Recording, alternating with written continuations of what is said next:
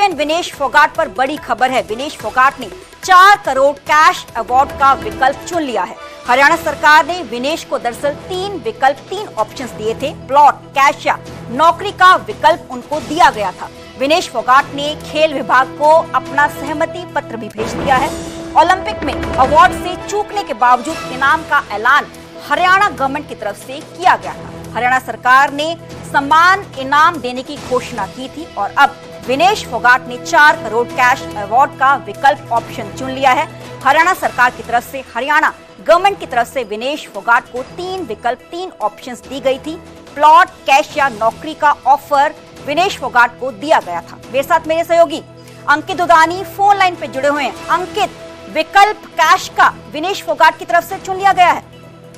बिल्कुल 3 ऑप्शन दिए गए थे नायब सैनी के द्वारा, मुख्यमंत्री के द्वारा, क्योंकि विनेश फोगाट ने जो विधानसभा का जब सत्र चल रहा था तो उसके दौरान ये बात उठाई थी कि इतना समय बीत जाने के बावजूद भी और अभी तक मेरे को जो सरकार ने अनाउंस किया था वो प्राइज नहीं दिया गया है। हालांकि वो पदक नहीं जीत पाई थी, लेकिन उस समय जो देश के सेंटिमेंट्स थे उनको ध्यान में रखते हुए हरियाणा सरकार ने कहा था कि रजत पदक विजेता को जो चीजें दी जाती हैं, जो इनाम दिए जाते हैं, वो इनाम जो है वो विनेश फोगाट को दिए जाएंगे। तो उसकी घोषणा उनके द्वारा की गई थी, लेकिन उसके बाद फिर खुद मुख्यमंत्री नायब सैनी ने ऑप्शन 3 रखे कि एक तो या तो 4 करोड़ रुपए वो ले सकती हैं, या HSVP का प्लॉट अगर वो चाहे तो वो ले सकती हैं, या डिप्टी डायरेक्टर, जो खेल विभाग के अंदर डिप्टी डायरेक्टर का पद होता है, उसकी नौकरी वो ले सकती हैं। तो इन 3 पदों के लिए ऑफर किया, 3 चीजों के लिए ऑफर किया था कि इन 3 चीजों में से जो भी एक चीज वो चाहे वो ले सकती है, क्योंकि अब वो विधायक बन चुकी हैं, कांग्रेस की विधायक हैं, तो इसलिए इन तीनों में से एक ऑप्शन चुन ले। तो अब जो ऑप्शन जो चुना है वो 4 करोड़ रुपए कैश का ऑप्शन विनेश फोगाट के द्वारा चुना गया है। विनेश फोगाट के जो पति हैं सोमवीर राठी, वो कल खेल विभाग के अंदर वो कंसेंट लेटर दे करके आए हैं। और हालांकि जो खेल मंत्री हैं गौरव गौतम, उनका अभी ये कहना है कि उनके पास अभी फाइल नहीं आई है।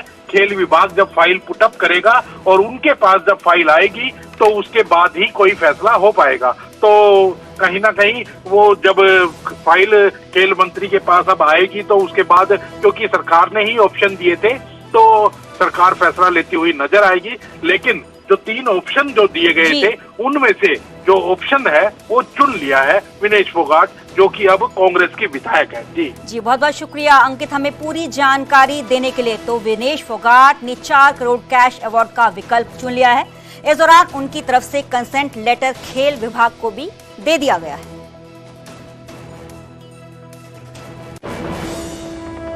आगे बढ़ेंगे और बात करेंगे हरियाणा बीजेपी की। हरियाणा बीजेपी अध्यक्ष के चयन को लेकर कवायद तेज हो चुकी है। सीएम नायब सिंह सैनी और मोहनलाल बडौली की तरफ से बैठक की जाएगी। भाजपा के महामंत्री BL संतोष के साथ ये बैठक होगी। नए प्रदेश अध्यक्ष के चयन को लेकर मंथन किया जाएगा। बीजेपी के तमाम अधिकारी बैठक में शामिल है, मौजूद होंगे। हरियाणा बीजेपी अध्यक्ष के चयन को लेकर कवायद बीजेपी की तरफ से तेज कर दी गई है।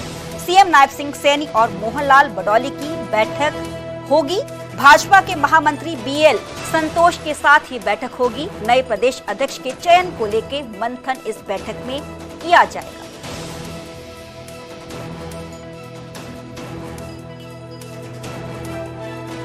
हरियाणा बीजेपी अध्यक्ष के चयन को लेकर कवायद तेज हो चुकी है। सीएम नायब सिंह सैनी और मोहनलाल बडौली की तरफ से बैठक की जाएगी। भाजपा के महामंत्री BL संतोष भी इस मीटिंग में मौजूद रहेंगे। बीजेपी के तमाम अधिकारी भी इस मीटिंग में मौजूद रहेंगे, इस मीटिंग का हिस्सा बनेंगे। मेरे साथ मेरे सहयोगी अंकित दुदानी फोन लाइन पर जुड़े हुए हैं। अंकित, हरियाणा बीजेपी अध्यक्ष के चयन को लेकर कवायद तेज, और इस रेस में कौन कौन से नाम शामिल हैं?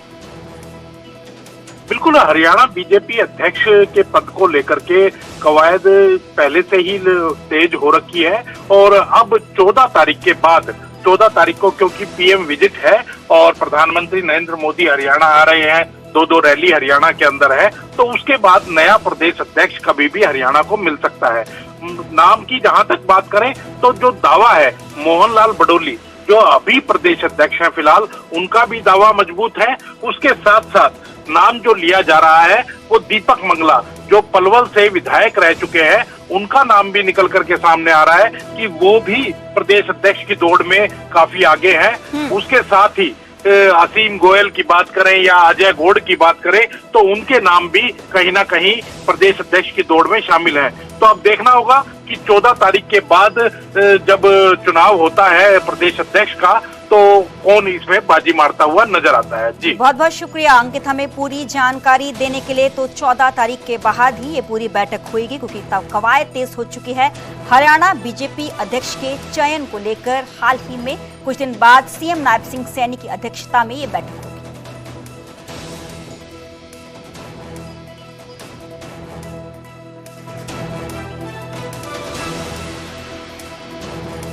तो हरियाणा बीजेपी अध्यक्ष के चयन को लेकर कवायद तेज हो चुकी है। 14 अप्रैल के बाद मीटिंग रखी गई है। सीएम नायब सिंह सैनी और मोहनलाल बडौली की अगुवाई में ही ये बैठक होगी।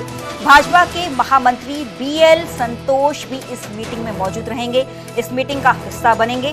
नए प्रदेश अध्यक्ष के चयन को लेकर मंथन किया जाएगा कि किस नाम पर मोहर लगाई जाए। बीजेपी के तमाम बड़े अधिकारी भी इस मीटिंग में मौजूद रहेंगे, इस मीटिंग का हिस्सा बनेंगे।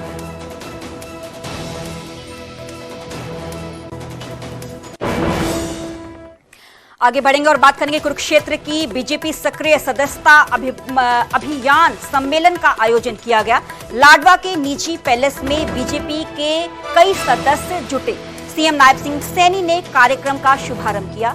सीएम ने पीएम के हरियाणा दौरे के बारे में भी जानकारी दी। हरियाणा में बेटियों की कम होती संख्या पर भी सीएम नायब सिंह बोले। उन्होंने कहा कि बेटियों को कोख में मारा जा रहा है, बेटियों को कोख में मारने वालों पर सख्त कार्रवाई हमारी तरफ से की जाएगी। तो कुरुक्षेत्र पहुंचे हुए थे सीएम नायब सिंह सैनी, जहां पर लाडवा की लीची पैलेस में बीजेपी के सक्रिय सदस्यों के साथ उनकी तरफ से कार्यक्रम का शुभारंभ किया गया। सीएम ने पीएम के हरियाणा दौरे को लेकर भी जानकारी दी।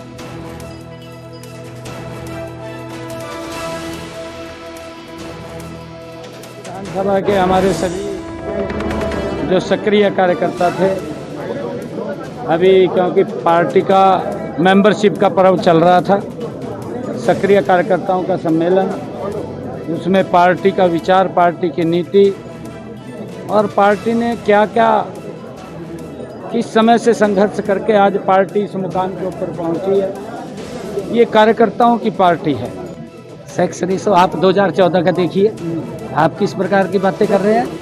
अरे किस प्रकार की बातें कर रहे हैं आप लोग, उसके ऊपर भी हमने बड़ी प्लानिंग बना करके अगर कोई व्यक्ति हमें कहीं इस प्रकार से इन्वॉल्वमेंट इसके अंदर मिलती है उसके खिलाफ सख्त कार्रवाई होती है। और उसको हमने समाज को भी, समाज की प्रमुख संस्थाओं एनजीओ वगैरह उनका भी सहयोग ले रहे हैं और उसमें हमारे जो सरपंचगण हैं हमारी और जो महिला सरपंच है उन सब का भी इसके अंदर सहयोग ले रहे हैं कि आजकल कौन व्यक्ति किस रूप में आकर के क्या तकनीक अपना करके वो काम करता है, परंतु जो ही हमारे ध्यान में इस प्रकार का विषय आता है उसके खिलाफ कार्रवाई होती है।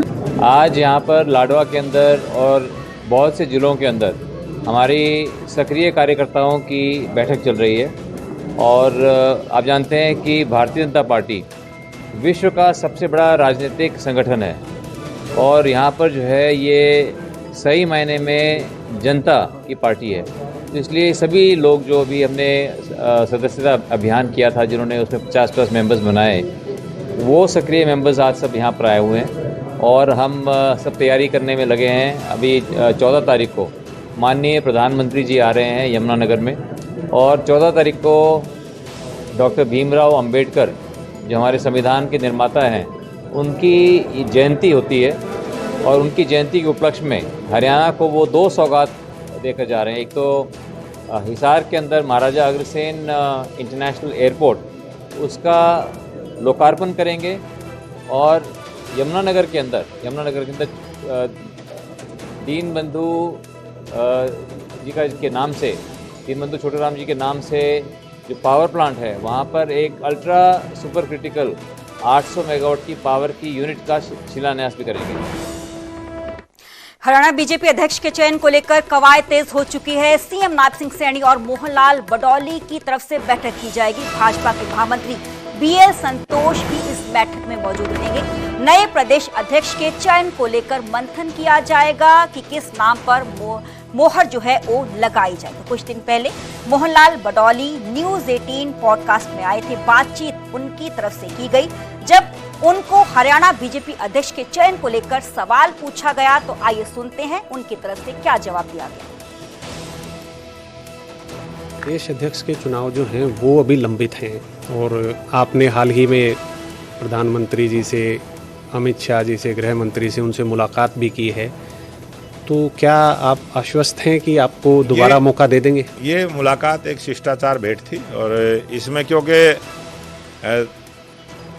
अमित शाह जी का भी दौरा हिसार में था, अभी आपने देखा, और अब 14 अप्रैल को बाबा भीमराव अम्बेडकर जी की जयंती का अवसर है और भारत रत्न बाबा भीमराव अम्बेडकर की जयंती के अवसर पर हरियाणा प्रदेश में पहली बार चुनाव के समय प्रधानमंत्री जी 2 प्रोग्राम भी देते हैं, 3 भी देते हैं, लेकिन बगैर चुनाव के एक ही प्रांत में, हरियाणा बहुत छोटा प्रांत है, उसके बाद जो 2 प्रोग्राम दिए हैं।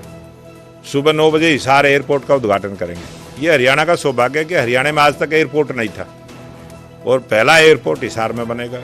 उसके बाद वहाँ पर एक और भी आधारशिला रखेंगे, वहाँ जहाज़ का एक टर्मिनल बनेगा, उसकी आधारशिला रखेंगे।